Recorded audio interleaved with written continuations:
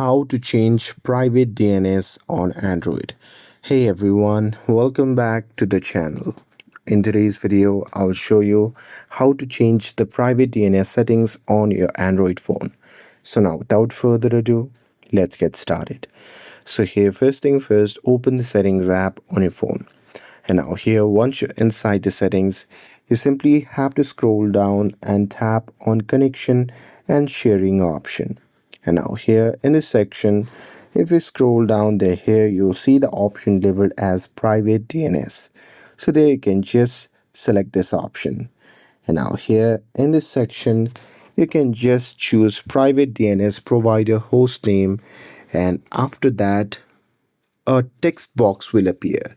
Now here you can just tap on it and enter the hostname of the DNS provider you want to use.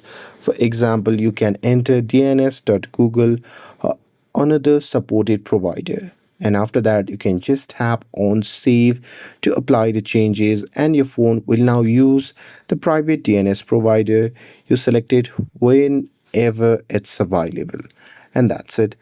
With this, if you found this video helpful, then don't forget to like, share, and subscribe to get updated for more videos.